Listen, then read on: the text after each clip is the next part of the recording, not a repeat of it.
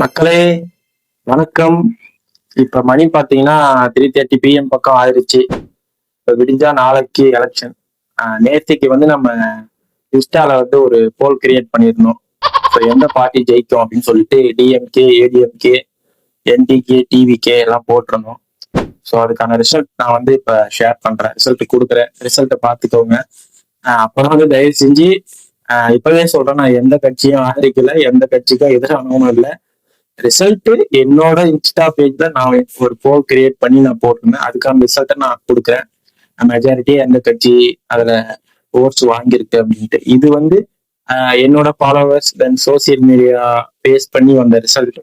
ஏன்னு பாத்தீங்கன்னா நான் எல்லாருக்கும் பொதுவாகவே சொல்றேன். ஏன்னா இதுல யாருக்கு ஓட்டு இருக்கு, யாருக்கு ஓட்டு இல்லை. ஏன்னா குட்டி குஞ்சான்ஸ் நிறைய இருப்பானுங்க. அந்த குட்டி குஞ்சான்ஸ் வந்து டிஎம்கேல இருக்கலாம், ஏடிஎம்கேல இருக்கலாம், என்டிகேல இருக்கலாம், டிவிகேல இருக்கலாம். ஸோ எதுல வேணாலும் இருக்கலாம். ஜஸ்ட் ஒரு ரிசல்ட் தான். நீங்க ஜஸ்ட் ஒரு சர்வேக்காக நான் போட்டிருந்தேன், நீங்க பாருங்க. ஸோ இதை வச்சு சண்டை போடுறதோ கமெண்ட்ஸ்ல அடிச்சுக்கிறதோ அதெல்லாம் கூடாது. சிம்பிளா நான் சொல்றேன்னா அரசியலும் ஐபிஎல்லும் ஒண்ணுதான். ஸோ அரசியல் வந்து உங்களுக்கே தெரியும் அது எப்படிப்பட்டது. ஐபிஎல் நான் எக்ஸ்பிளைன் பண்றேன் எப்படின்னா, ஸோ இந்தியா பாகிஸ்தான் அப்படின்னு நம்ம போற நாம நமக்குள்ளேயே அடிச்சுட்டு தெரியறதுதான் ஐபிஎல். ஸோ சென்னை, மும்பை இந்த மாதிரி.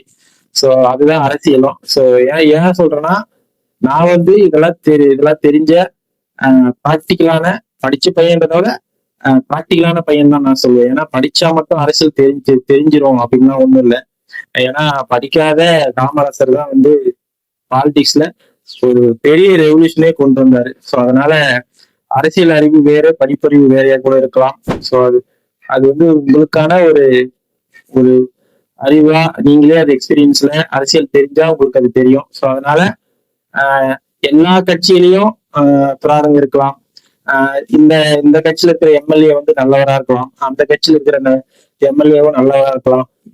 அதனால எல்லா கட்சியிலயும் ஒரு சில நல்லவங்க இருப்பாங்க, எல்லா கட்சியிலயும் ஒரு சில கெட்டவங்களும் இருப்பாங்க. ஸோ அதனால நல்லா யோசிச்சு டிசைட் பண்ணி உங்களோட ஓட்ஸை போடுங்க. இது வந்து நான் என்னோட இன்ஸ்டால போட்ட ஒரு சர்வே தான். அதை பார்த்து யாரும் பெருசா எடுத்துக்க வேணாம். ஜஸ்ட் என்னோட சோசியல் மீடியால நான் போட்டதுக்கான ஒரு சர்வே ரிசல்ட் நான் கொடுக்குறேன். ஸோ உங்களோட ஓட்ஸை பார்த்து கரெக்டா பிளான் பண்ணி போடுங்க. ஓட் போடுங்க. தேங்க்யூ.